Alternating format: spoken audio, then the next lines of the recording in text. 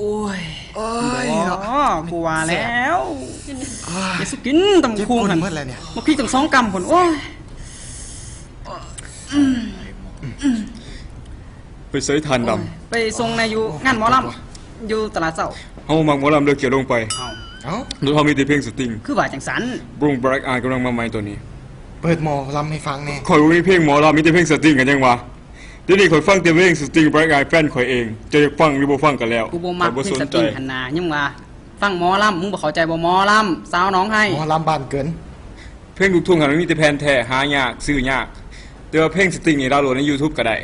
กูบ่สนว่าแผ่นแท้แผ่นปลอมกูฟังหมอลำ เว้าคืออมขี่มาเว้านี่บ่มีก็อยากให้มีโอ้ย นี่เอา ทุยว่าแขวหั่นน่ะ เว้ยมึงบ่เข้าใจบ่กูอยากฟังเพลงสาวน้องบอนหรือว่าสาวน้องให้ ข่อยเข้าใจอยู่แต่ว่าเจ้าแซ่ข่อยบีบขี่เป็นน้ำมันบ่ โอ้หนาเด้มึงมักจังได๋ดิว่าหมอลำมึงเข้าใจบ่หมอลำเอาบุญข่าวมึงเอาปื กู น จะมาลำกูฟัง ข่อยดำบ่เป็นบ่เคยดำจักเทื่อ โอ้ย ลำแม่ล บ่อยากได้ยินเจ้า ำมันบ่แม่นจังสัน ดำให้ฟังหน่อยติ ถ้าใส่กูสิลำมึงฟังเอาฟังโอ้ยโอ้โอ้โอ้ หลับ โอ้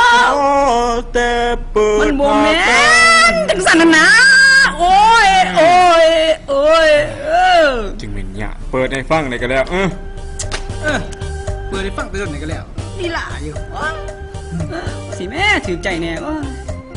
เปิดเสียงกันนะเปิดเสียงกันนะมันคอยโพดกูฟังบ่คักมาไหนเปิดนี่ได้บ่ เปิดก็ได้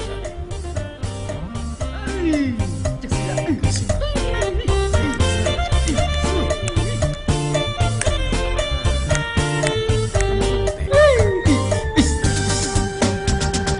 คอยจงคอยน้องอยู่น้องบนเอ้าหัวใจอาว เพลงกับคน ส เข้ากัน าวน้องบอลให้คิดถึง